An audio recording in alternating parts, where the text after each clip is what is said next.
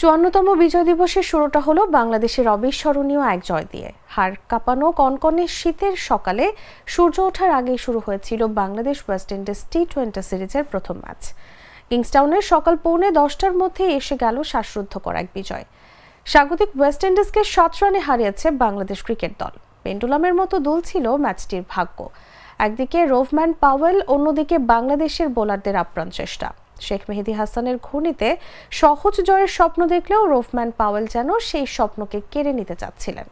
কিন্তু শেষ পর্যন্ত জয় হলো বাংলাদেশের বোলারদেরই। শেষ ওভারে বাজিমাত করলেন হাসান মাহমুদ। 35 বলে 60 রান করা রোভম্যান পাওয়েলকে ক্যাচে পরিণত করেন উইকেটের পেছনে লিটন দাসের হাতে। পাওয়েলের আউটেই প্রায় নিশ্চিত হয়ে যায় বাংলাদেশের জয়। সর্বশেষ অ্যালজারি জোসেফকে বোল্ড করে বাংলাদেশকে 7 রানের অবিস্মরণীয় এক জয় উপহার দিলেন তিনি। দিনের শুরুতে টস হেরে ব্যাট করতে নেমে বাংলাদেশ সংগ্রহ করেছিল 6 উইকেট হারিয়ে 147 রান।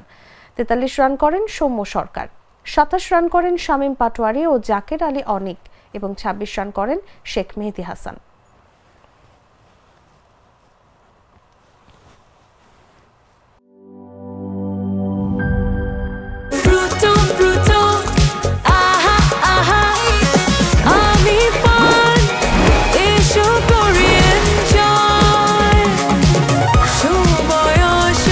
প্রাণ ফ্রুটো, সময় অসময় ফ্রুটোময়।